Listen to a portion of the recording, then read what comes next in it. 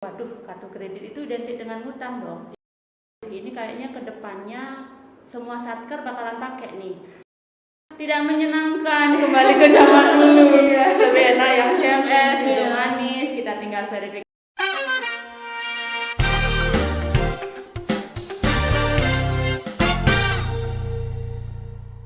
Halo teman 154, selamat datang di podcast Cempaka. Podcast persembahan KPPN Amlapura untuk Anda.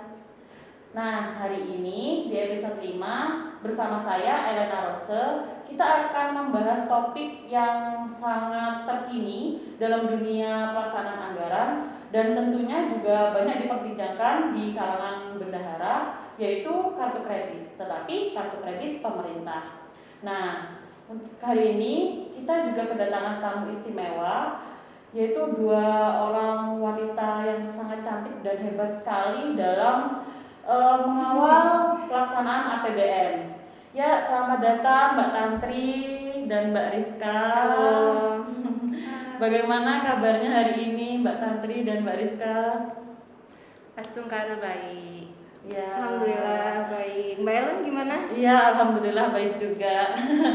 Senang sekali akhirnya bisa ketemu Mbak Tantri secara langsung. Biasanya kita ini ya Mbak ya, ketemunya lewat front office ya. Iya, benar sekali. Nah ya, langsung saja kita masuk dalam pembahasan kita terkait dengan kartu kredit pemerintah. Nah, seperti yang kita ketahui ya Mbak ya, kartu kredit pemerintah ini mulai diperbincangkan tahun 2018 ya.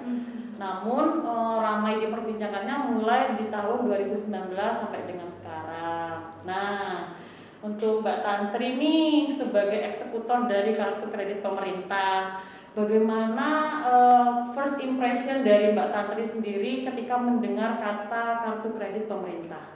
Silakan Mbak Tantri. Terima kasih atas waktunya. Mohon izin, mungkin pertama saya perkenalkan dulu, nama saya Tantri. Saya tugas di Badan Narkotika Nasional Kabupaten Karangasem, yang mana kantor kami itu berdiri tahun 2018. Jadi baru 3 tahun jadinya ya, 3 tahun. Baru ya Mbak ya? Ya baru, kami satker baru karena di Bali dibentuk 3 satker baru tahun 2018. Jadi Buleleng, Lungkung sama Karangasem, kami 3 satker baru. Kesan pertama terkait dengan kartu kredit, sebenarnya pikiran saya sudah ini, waduh, kartu kredit itu identik dengan hutang dong. Iya. Kita belanja dulu, nanti bulan depannya baru keluar tagihannya. Tapi setelah saya cek-cek, wah ini kayaknya pemerintah sudah membuat segalanya serba digital. Ya, kalau kartu kredit yang kita biasa pakai kan mungkin sudah saya lihat fisiknya, dan tapi kalau kartu kredit pemerintah benar-benar barang baru bagi saya. Jadi yaudah saya mulai buka-buka di web, apa sih kartu kredit, apa gunanya, ya seperti itu. Yang jelas sesuatu yang sangat baru bagi kami, seperti itu. Kalau untuk Mbak Rizka sendiri selaku KPPN? Ya, terima kasih Mbak Ellen, Mbak Tantri. Kalau saya selaku bendahara di KPPN Amlapura sebenarnya nggak beda jauh ya Mbak ya.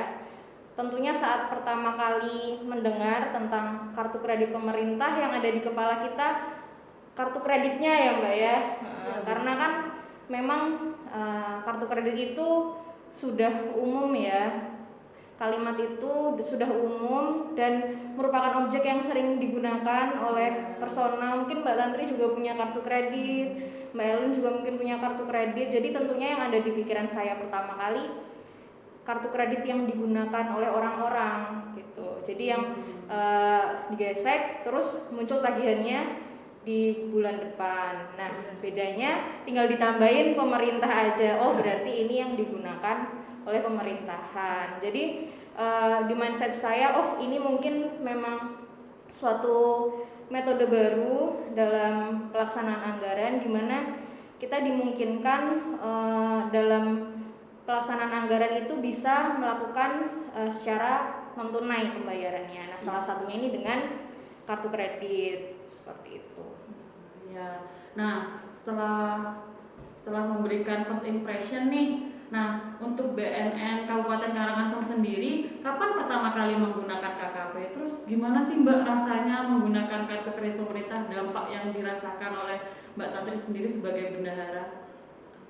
Oke, pertamanya kami kan diundang oleh KPPN nih waktu itu sosialisasi terkait dengan kartu kredit pemerintah yang mana Satker yang pagunya di atas 2,4 M itu wajib kartu kredit. Kami di BNN waktu itu anggaran kami cuma 900. Tapi dalam benak saya berpikir, waduh ini kayaknya ke depannya semua Satker bakalan pakai nih. Jadi walaupun saya tidak diwajibkan waktu itu terpakai KKP, saya berpikir ya udah saya ajuin aja deh. Sambil belajar, artinya pada saat KKP itu benar-benar diterapkan di semua Satker, saya sudah terbiasa seperti itu. Jadi saya memang mengajukan KKP itu ke kantor Bank BRI-nya, di situ kita bikin PKS dan akhirnya KKP itu keluar. Kami pertama kali menggunakan KKP itu tahun 2019 bulan Agustus. Kami pakai untuk belanja ATK persediaan dan itu pun saya memberanikan diri untuk memakai karena waktu itu sebenarnya setelah kami menerima KKP kami taruh aja, udahlah belum berani pakai ini, udahlah kita juga belum punya rekanan yang punya EDC waktu itu kan. Terus itu ya udah kami taruh aja sampai kami dihubungi dari pihak BRI-nya tuh, Mbak kok kartunya belum diaktifasi seperti itu, padahal kami sudah terima kartu. Makanya saya memberanikan diri untuk memakai dan itu pun atas bimbingan Mbak Rizka dari KPPN. Iya. Ya kan kita sesama bendahara sharing Iya. ya. Kita sehati jadinya. Saya mendapat ada kesulitan, Mbak Rizka tuh dengan sangat baik hati membantu saya. Jadi waktu itu saya tanya tuh sama Mbak Rizka, cara pakainya gimana sih? Pertanggungjawabannya gimana sih? Rekanan yang punya EDC yang mana aja sih? Soalnya khawatirnya kami kan rekanan kami kan tidak punya tuh. Habis itu kami sudah mengadakan pendekatan sama rekanannya buat mereka meminta mesin EDC ke Bank BRI-nya kan. Habis itu ya udah atas bimbingan Mbak Rizka akhirnya kami pakai KKP untuk belanja persediaan bulan Agustus 2019.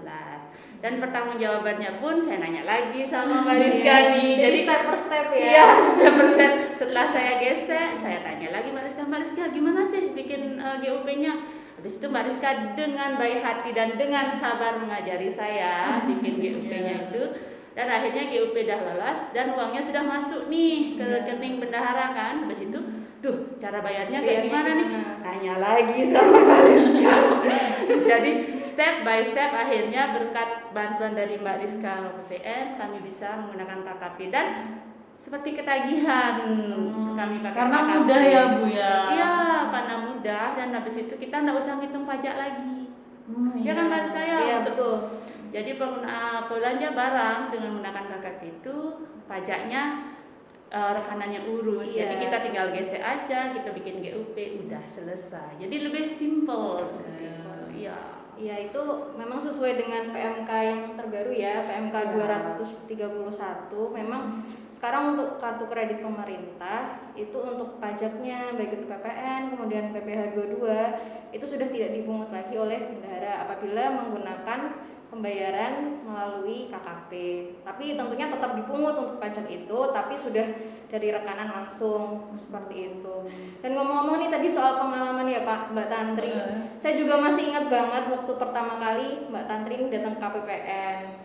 Ini sebenarnya bukan saya yang baik hati sih sebenarnya, karena Mbak Tantrinya juga memang orangnya itu sangat mau belajar dan sangat semangat gitu. Jadi kalau misalkan Mbak Tantri nggak datang ke KPPN kan mungkin juga saya juga nggak bisa berbagi ya, karena kan saya di bendahara. Jadi waktu itu kita juga mungkin semakin intensnya waktu itu ya Mbak ya gitu.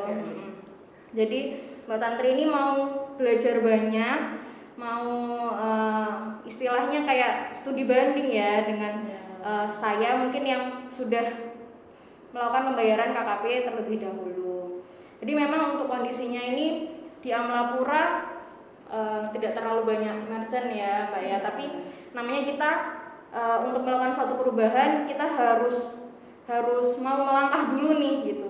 Walaupun ada berbagai rintangan, berbagai tantangan, mau itu dari lingkungan, mau itu dari kebiasaan diri kita sendiri yang masih suka pakai tunai gitu kan. Apalagi uang dari ini ya Mbak APBN ya. Kalau kita kan mungkin udah biasa gesek-gesek gitu pakai entah itu kartu kredit atau kartu debit. Tapi kan ini maksudnya uang negara ya, tentunya kita pasti ada beban tersendiri. Tapi memang kita harus berani untuk melakukan perubahan karena ini memang sebuah metode yang baru dalam eksekusi pelaksanaan anggaran. Jadi saya juga salut sama Mbak Tantri. Akhirnya setelah sekarang kan udah jalan sendiri. Iya.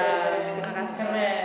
Dan bahkan kemarin 2 hari yang lalu kami gesek KKP dan kemarin sudah kami langsung GUP kan karena billing sementaranya kan sudah ada tuh. Kami sudah minta ke BRI Pusat.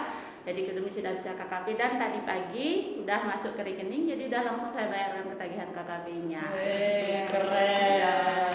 Itu tergantung semangat kita sih. Iya, Kalau misalnya benar. teman-teman satker yang lain mau dan ikut semangat pasti bisa. Dan jangan takut melangkah karena di sini ada Mbak Rizka yang sewaktu-waktu bisa digolin kadang di luar jam kerja pun saya hubungi Mbak Rizka bantu dong apa itu dan beliau sangat kooperatif dan membantu kami. Jadi terima kasih. Ya sama-sama Mbak. Saya juga terima kasih Mbak Tantri sudah mau ikut berpartisipasi ya tentunya dalam melaksanakan pembayaran melalui kartu kredit. Jadi satker-satker jangan takut kalau misalkan mau menggunakan KKP karena KPPN pasti akan sedia setiap saat untuk membantu. Mau itu dari pertamanya ya Mbak ya dari ketika itu juga mau apply CMS ya. Oh iya, benar sekali.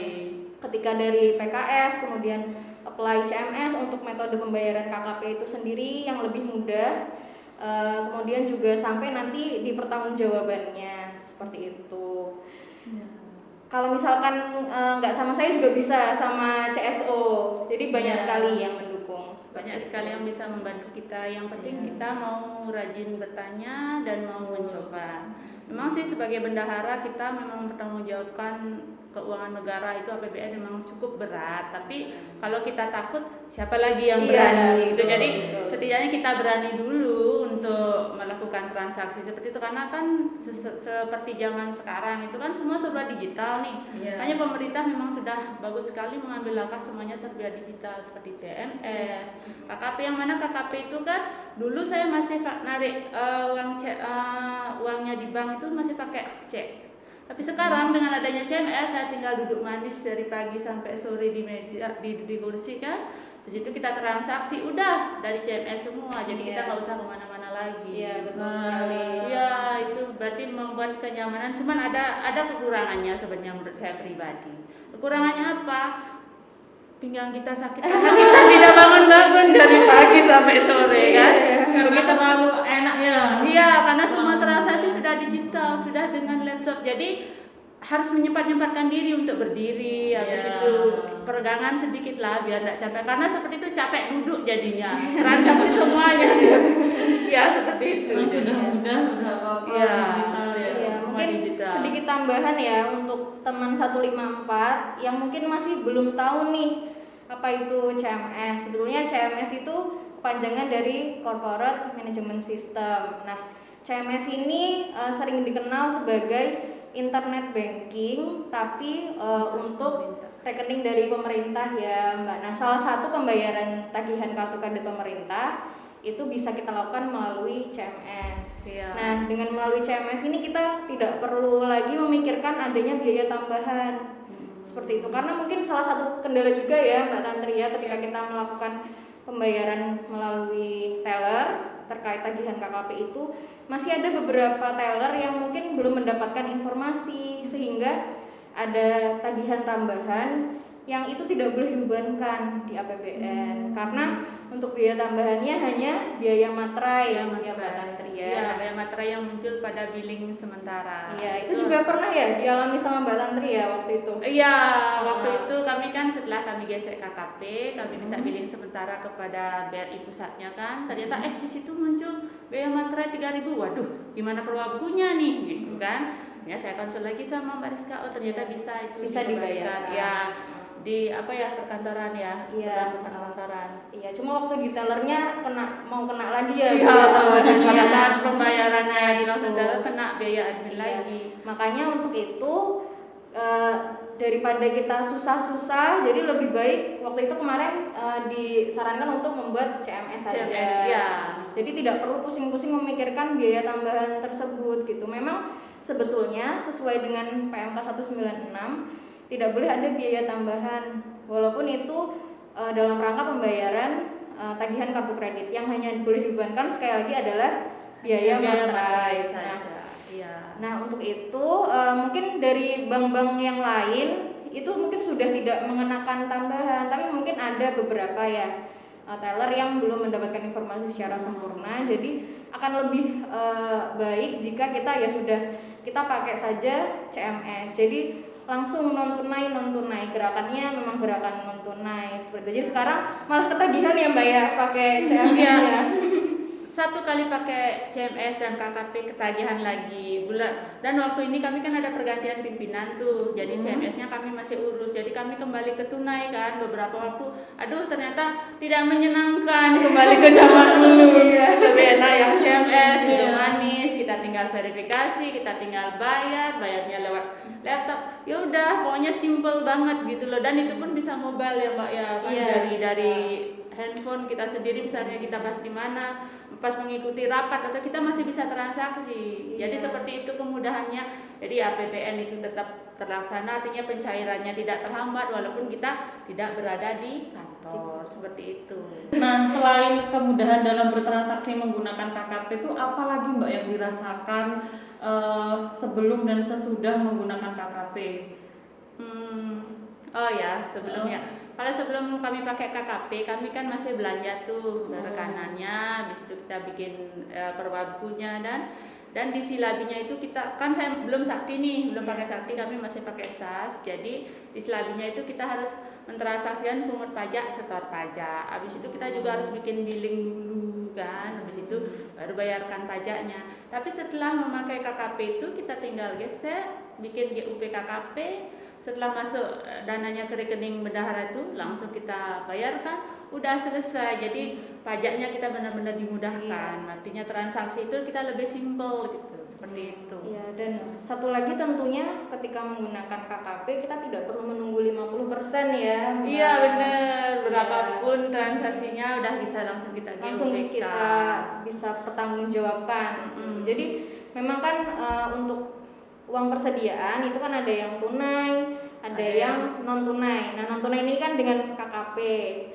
Nah, untuk GUP tunai ini memang kita harus menunggu 50% ya, Mbak. Baru bisa revolving lagi. Ya. Jadi kalau sudah habis 50% baru kita bikin GUP. Iya, nah kalau untuk KKP kita bisa langsung berapapun nominalnya. Benar sekali. Jadi lebih simpel, kita juga sesuai penyerapan sesuai dengan timeline yang sudah kita susun ya. Jadi lebih simpel banget. Wah, itu teman-teman 154. Ayo pakai KKP. Yang belum jangan takut. Ya, betul. Nah, kemudian dari kendala tadi yang sudah disebutkan juga, mungkin ada kendala lain dalam penggunaan KKP-nya, Mbak. Selain tadi yang mesin edisinya memang nggak semua rekanan itu punya. Kalau menurut saya kendalanya sih cuma itu aja, karena kan kita di kota Amlapura ya, kota yang cukup kecil ya, artinya beda juga dengan Denpasar kan. Denpasar itu kota besar yang mungkin setiap toko itu punya edisi, tapi kalau kita di sini hanya beberapa tempat yang punya edisi, dan itu pun kita harus memastikan bahwa di mesin edisinya itu pada saat kita geser tidak ada biaya tambahan ya Mariska ya. Kita tidak boleh, kalau misalnya dia ada biaya tambahan, kita tidak boleh geser di situ. Jadi kami waktu ini sudah dapat konsultasi ke BRI-nya. Mbak, tolong dong dicek rekan-rekanan ini apakah di mesin edisinya itu ada biaya tambahan nggak? Karena kami mau gesek KKP di sana, dan beliaunya bilang, oh ya nanti saya monitoring dulu deh, soalnya biar Mbak juga bisa gesek di situ. Jadi kenalnya seperti itu. Jadi rekanan yang punya mesin edisi itu mungkin terbatas, dan juga walaupun dia punya mesin edisi harus dipastikan dulu dia tidak ada biaya tambahan. Seperti itu Mbak Rizka ya. Tapi tetap tidak mematahkan semangat. Tetap semangat. Semangatnya tetap 45. Memang beda ya kalau BNN. Semangat. Nah, untuk Mbak Rizka sendiri selaku KPPN, apakah kendalanya sama seperti satuan kerja yang lain? Iya, sebetulnya kurang lebih sama, karena kan kita sama-sama di Amlapura ya. Beda kalau saya misal di Semarang gitu. Kan lebih banyak ya pilihan edisi. Memang benar sekali itu kendala yang paling terasa ya Mbak ya, di saat kita memang pengen menggerakkan transaksi yang optimal dengan KKP, kita pilihannya nggak banyak. seperti itu. Tapi ada pilihan lain atau solusi, walaupun ini solusinya tidak dalam hal edisi ya. Solusinya ini ada muncul ketika ada lagi platform pembayaran melalui marketplace. Ya, dengan adanya marketplace kita juga bisa melakukan pembayaran melalui kartu kredit pemerintah gitu. Jadi kita seperti online shopping seperti itu. Jadi ada beberapa barang-barang, baik itu barang persediaan toner, kemudian mungkin kertas, itu kita bisa beli dari luar Jawa. Nah, itu nanti kita bisa pilih pembayarannya menggunakan kartu kredit pemerintah. Jadi itu juga merupakan salah satu solusi. Namun memang untuk edisi ini masih tetap menjadi kendala ya. Nah, kalau untuk dari edisi ini sendiri, dari kita selaku bendahara tentu juga ada upaya bagaimana agar lebih banyak variasi di Amlapura dengan cara menyampaikan kepada perbankan terkait beberapa penyedia ya yang mungkin dari bank juga bisa melakukan pendekatan gitu. Mungkin pendekatan dari kita kurang ya, kurang cukup, jadi harus dari dua arah juga seperti itu. Jadi memang kita sebagai bendahara harus kreatif ya. Harus kreatif dan Mbak. Gimana biar tetap jalan pembayaran kartu kredit, tapi kita juga tetap menjaga hubungan baik dengan penyedia. Iya, benar sekali. Dan kemarin pun kami sudah pendekatan dengan rekanan, artinya rekanan tempat kami berbelanja itu kami sudah ke sana dan kami sampaikan kami di Satker sudah diwajibkan pakai KKP. Jadi mohon rekanannya agar menghubungi pihak BRI agar di sana sudah ada mesin edisi. Jadi kita langsung ke rekanan kita dan rekanannya pun ke pihak BRI untuk bisa penyediaan edisi, dan rekanannya pun sudah banget kooperatif. Dan saya bilang seperti ini, kalau Bapak tetap dengan sistem manual kayak sekarang, maka Bapak tidak akan bisa masuk ke sistem kami, karena kami pakai marketplace-nya pun pakai KKP, semuanya harus digital seperti itu. Jadi kalau Bapak tidak mengikuti perkembangan, jadi ada kemungkinan kami tidak bisa belanja lagi di rekanan Bapak. Oh gitu ya Bu. Jadi mereka antusias kan. Nah, jadi mereka menghubungi BRI dan syukurlah mesin edisi mereka sudah datang. Jadi kami bisa transaksi dengan rekanan-rekanan kami seperti itu. Jadi kayaknya Satker itu benar-benar harus kooperatif. Artinya kalau ingin masih berbelanja di rekanan itu, dari Satkernya itu harus pendekatan dulu ke rekanan. Habis itu pendekatan ke BRI. Tolong dong jajaki rekanan ini dari BRI-nya agar mereka punya edisi. Dan syukurnya BRI di sini sangat kooperatif juga gitu. Benar sekali. Jadi kami sangat-sangat terbantu. Iya, itu mungkin salah satu kendalanya ya Mbak tadi. Yang tentunya kita juga pasti mencari solusi juga atas kendala itu, karena kan kita nggak mungkin langkah kita berhenti dengan adanya satu kendala itu kan. Mungkin kendala lainnya juga tambahan itu terkait layanan untuk informasi apabila terdapat permasalahan dalam penggunaan KKP. Memang untuk seperti customer service ya, itu belum terkomunikasikan secara baik, dan mungkin itu sekarang memang sudah ada sih kontaknya untuk menghubungi dari perbankan apabila ada kesulitan dalam melaksanakan KKP. Tapi itu sepertinya nggak semua Satker tahu gitu. Jadi waktu itu juga Mbak Tantri bingung ya mau menghubunginya ke siapa, karena untuk ke BRI cabang kan memang tidak bisa untuk menyelesaikan permasalahan yang karena kan kartu kredit itu terpusat ya gitu.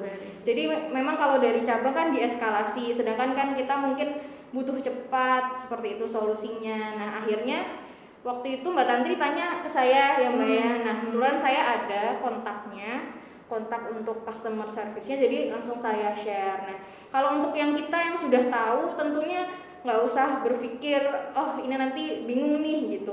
Tapi mungkin untuk satker-satker yang lain yang masih belum tahu ya, nah itu mungkin menjadi salah satu kendala. Nah makanya untuk ini harapannya nanti juga dari pihak perbankan bisa memberikan seperti kontak center yang memang khusus untuk melayani permasalahan terkait KKP, dan itu semoga nanti kedepannya bisa terkomunikasikan dengan baik. Jadi seluruh satker ini sudah tidak ada alasan untuk ragu gitu, karena bantuan sudah banyak dari perbankan ada, kemudian dari KPPN juga ada. Jadi tetap semangat pasti untuk gerakan non tunai seperti itu. Tetap semangat 45 ya. Iya benar. Para bendahara itu kan ujung tombak nih pembangunan negara. Jadi ujung tombak pelaksanaan APBN-nya kan. Jadi kita para bendahara ya harus berani mengambil itu dan jangan takut untuk melangkah karena banyak tempat untuk bertanya. Artinya mari kita cermati aturan, kita tanya yang sudah pada yang berpengalaman pasti bisa. Jadi jangan takut. Nanti KKP-nya bisa gosong loh kalau disimpan terus. Iya. Harus dipakai ya Mbak ya. Iya, Nanti iya. keburu expired itu kan KKP itu ada gininya ya. Iya. Nanti kita udah punya KKP tapi ternyata nggak dipakai. Akhirnya sampai berakhir masa berlakunya ya udah kan rugi, kasihan nanti KKP-nya seperti itu. Jadi ayo pakai. Nah, dari semua keuntungan yang didapatkan dari KKP nih, apa harapan dari Mbak Tantri dan Mbak Rizka terhadap penggunaan KKP ke depannya? Seperti itu. Gimana Mbak Tantri? Penggunaan KKP ke depannya kan kami di Satker kami hanya punya satu KKP nih karena KKP belanja operasional saja karena KKP Perjadin memang kami tidak memiliki karena anggaran Perjadin kami kan memang terbatas dan kegiatan kami kan suknya hanya di Karangasem dan paling juga sampai di provinsi. Jadi dari awal memang kami hanya membuat KKP untuk satu aja, belanja barang operasional. Kedepannya untuk KKP-nya ini sudah agar kita bisa meningkatkan transaksinya. Jadi semuanya biar bisa non tunai karena sebenarnya saya sebagai bendahara capek sebenarnya ngitung uang dan ngitung uangnya pun agak pusing karena bukan uang saya sendiri. Kalau uang saya sendiri mungkin saya nggak akan pusing gitu. Jadi ya udahlah, lebih baik saya nggak lihat fisik uangnya tapi saya hanya lihat nilainya di dokumen kan. Jadinya gesek sekian. Jadi saya nggak berinteraksi dengan uang lagi. Jadi semuanya non tunai dan semua sudah digital seperti itu. Mbak Rizka gimana? Ya, silakan Mbak Rizka. Terima kasih. Kalau saya harapannya tentu untuk peningkatan kesadaran ya dari berbagai lapisan, baik itu dari rekanan atau penyedia, kemudian kesadaran juga dari satuan-satuan kerja, kemudian dari pihak perbankan juga terkait gerakan non tunai di aspek KKP ini. Jadi apabila banyak orang yang sadar dan memahami pentingnya manfaat dari penggunaan KKP, tentu akan bisa penggunaannya bisa maju ya, bisa manfaat yang dirasakan juga lebih menyeluruh gitu apabila memang semua sadar dan semua melaksanakan. Itu sih harapan dari saya pribadi dan mungkin selaku bendahara juga, karena dengan penggunaan KKP ini kita jadi lebih fleksibel tapi tetap aman dan akuntabel gitu. Aman kenapa? Karena kita tidak memegang cash ya Mbak ya, kita nggak megang cash, jadi untuk kemungkinan adanya pelanggaran-pelanggaran itu sangat diminimalisasi gitu. Kemudian juga akuntabel, jadi setiap transaksi yang kita lakukan itu akan tercantum di namanya billing statement ya, billing statement yang kita dapatkan setiap bulan berikutnya. Ya, jadi kita gesek apa pasti ada di situ. Jadi tidak mungkin itu tidak tercantum. Kemudian juga kita bisa langsung pertanggungjawabkan.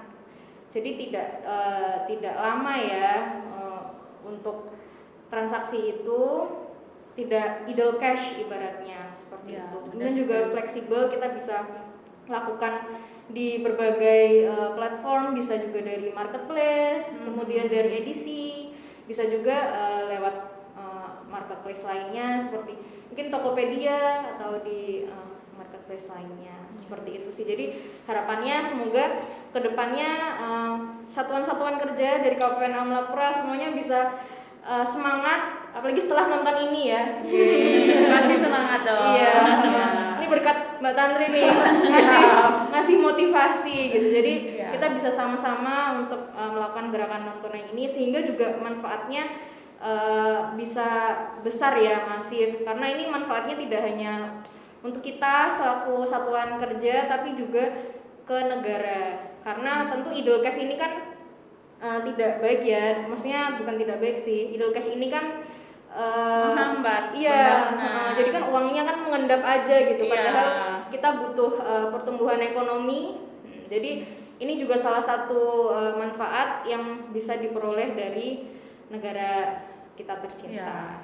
Jadi untuk mempercepat pembangunan negara ya, artinya kalau idle cash yang seperti yang bilang Mbak Rizka itu uang ada tapi diem, tapi nggak boleh dipakai oleh negara. Jadinya kan kasihan negaranya pusing ya nyariin uang, aduh nyari uang di mana lagi nih. Makanya lebih baik pakai KKP. Iya, itu kalau misalkan satu satuan kerja kan ada banyak satuan kerja di seluruh Indonesia, kalau uangnya cuma diberangkas kan nggak muter gitu.